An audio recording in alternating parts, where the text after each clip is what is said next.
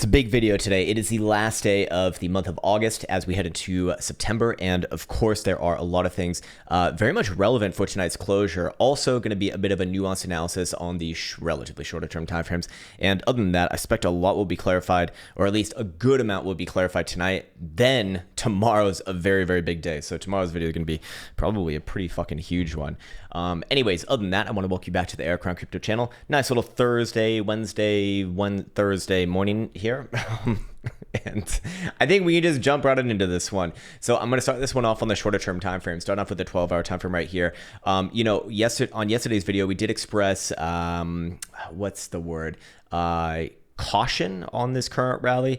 And I would still be carrying on with that. This is looking at me like it's one of those news-based pumps, which, it is. And typically those sort of moves do not get sustained, whether it be to the upside or the downside. I really don't like it when assets kind of move off of those sort of news events, because those moves more often than not do get faded. In this case, we do start to see that there is potential for hidden bearish divergence all the way up to a 12-hour time frame. The 12-hour RSI making significantly new highs, even above the highs that we did see in early August, the 9th of August, that is, in fact, when Bitcoin was trading closer to $30,000. So in this case, that will be verified with any sort of a closure, still below the same sort of pivot that we were looking at yesterday at 27,100 on a 4-hour time frame.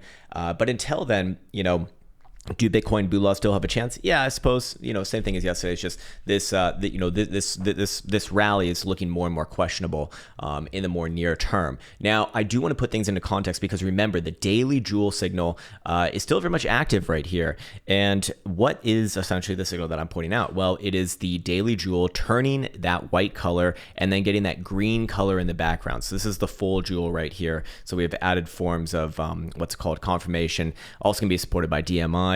And in this case, we have really only seen a few other comparable times in history where we've seen that green background representing the God mode, plus all of the other bells and whistles on the Joule. And in this case, I've marked off the last few ones, which we haven't even seen one since actually June of 2022. So more than a year ago, there was actually 3 of these particular signals in 2022. Just by a pretty heavy downside market, this did accurately, call these generally, I would say, impressive bear market rallies. In this case, we can see this rally over here started from, basically about a 40% move. If we go to wick to high right here, 25% move. If we go from wick to high right here, about a 37.33% move. And then besides that, we'd have to go all the way back to 2020 March, coming off the Rona dump for the next few signals over here. So, in this case, very well tested over time. Is it perfect? I'm trying to find an example where it did not work out. It did not call it did call a pretty good rally here in 2018, so fair enough. Yeah, well, all right, well, fuck it. It's perfect. No, it's nothing is, of course, perfect, but ultimately, it would be suggesting that, hey, if Bitcoin does come back down here and essentially fail the short-term rally, I would be looking for it to once again pick up somewhere around last week's low. So that would be the upper 25s, lower 26s, basically. So if I am going to be looking at this rally as, likely to fail, basically, I'd be looking for it to do something like this if that does get confirmed. Where's my damn pen? Or where's my my brush? Oh, there it is. It's exactly where it's supposed to be. Something like that, based off here, and then go sideways for some time, and then it tries like the actual upside move. For context, we have seen, since the Joule actually turned that color, about a 10.5% move. That'd certainly be very much an outlier compared to the results of the past 5-6 years now. So yeah, I'd still be looking for something like that. What does that mean? It means that Bitcoin probably does some more boring ass sideways shit. As usual, you should be used to it by now. Should be used to it. Anyways, some major things coming in for tonight's closure. This is going to mark off the monthly and the bi-monthly closure. So first things first, I want to make it, just the most simplistic piece of analysis right here. If Bitcoin Bitcoin bulaws really want to maintain their hopes alive for not just the current, the current lows to hold, but for a rally to emerge sooner rather than later, maybe even starting in September, actually. I'd really need to see the monthly close above that yellow moving average, which is just a 20 simple, very, very simplistic piece of analysis. But over the course of Bitcoin, this has been pretty damn good at getting the general, portion of the market cycle that Bitcoin's currently in. It also works in most major markets as well, just by the way, just as like a general guide, especially when you combine it with slope analysis of the 20 simple as well. In this case, slope is still down, obviously, and Bitcoin is below it. So, seemingly right now it is below it. But if it can pump back up another $300 before today's closure and not violate that 21,700 region on a closing basis, then that'll start to look a lot better for Bitcoin to trade sideways into September, and then probably try pretty sizable move to the upside coming into the last quarter of this year. But for right now, living below by a few $100 with just 18 hours, 9 minutes, and 19 seconds left to go. So generally speaking, only time will tell, I suppose. Also, the buy month is going to be closing today as well. And I think that there's a couple things of interest right here. So first and foremost, you can see the same moving average where Bitcoin generally has been kind of living above it ever since essentially its inception. Did lose it on one of the FTX or Luna dumps or whatever the fuck happened in 2022, maybe just all of them combined, and has been brushing up against it and, respecting it as resistance ever since. So again, another major region right here.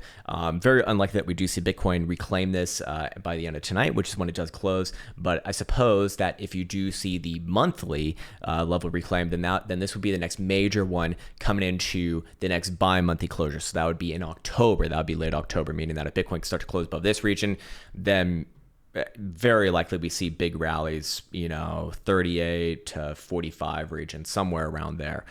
If that were to happen. Until then, Bitcoin does seem to be playing a little bit within this lower block. Anyways, moving on now, I do want should I go over the monthly 20 simple? You already know this one, but I do want to go over something again, relevant to this region here, because a lot of people have made this comparison between, as always, people want to be comparing Bitcoin. It's like, where is it within the context of these cycles? And, fair enough. I mean, that makes sense, right? There is, of course, the parabolic blow off top, followed by the devastating black hole bottom over here. And then you typically get that pre-cycle halving rally, followed by the pre-cycle, the pre-cycle having dump, if you want to call it that, which was over here. We do kind of see this amongst all of the different market cycles here. There have been, 3 prior ones, so it doesn't make me like super confident in these sort of things, only having 3 prior iterations. But a lot of people have kind of commented that Bitcoin's doing something like this over here, where, after 2019, puts in the lows, puts in a massive rally from 4,000 to 14,000 bucks, then spends the summer going sideways as fuck. Sounds familiar, and then breaks down near the end of summer. In this case, happened in September, below that yellow moving average, the 20 simple, and then actually had one of these China pumps over here, but still reject, and then down slightly new lows, and then another rally began. And you might even say that if the black swan of Rona didn't happen over here, maybe we had something, that would look a little bit more like this, where it comes down, boom, and then did something like that. Because on a closing basis, if you look at the monthly, that is essentially what it actually does do.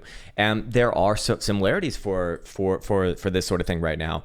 My problem with fractals, in this case, this would be a fractal, is that there's usually it's not really objective. Like there's not definably objective portions. But if you can use indicators, in this case, you can start to get maybe a little bit more of that relationship kind of verified by mathematics. So in this case, I do want to call specific attention to breaking that 20 simple and then getting rejected by it a few more times over here.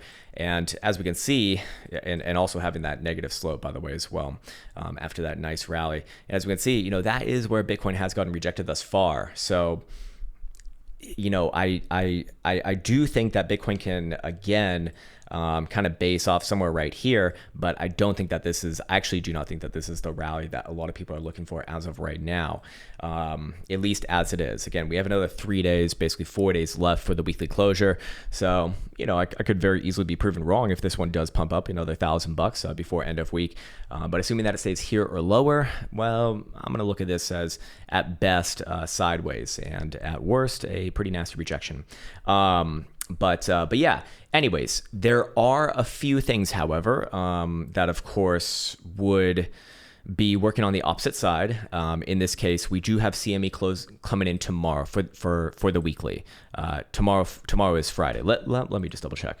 Yeah, okay, we're on schedule here. We're on schedule. So tomorrow is indeed Friday. And so one of the things that the Bulas do kind of have to go in for them as of right now is that the weekly on CME is showing potential for hidden bullish evidence, but definitely 100% needs to remain above the 27.1 pivot, which on CME, because it does have a bit of a price premium, would be equated to, actually I'd say on CME, you'd really want to see it close above like 27.5, in my opinion, for that one to be validated, thus implying, another retest back up closer to 29.5 or $30,000. So kind of keep open the Bula's hopes in the more near term. Personally speaking, we'll see tomorrow. I don't need to put an opinion on that. We'll just see where that one does come in around, because that's also going to be a pretty damn big indication of where things are kind of likely to head into for September.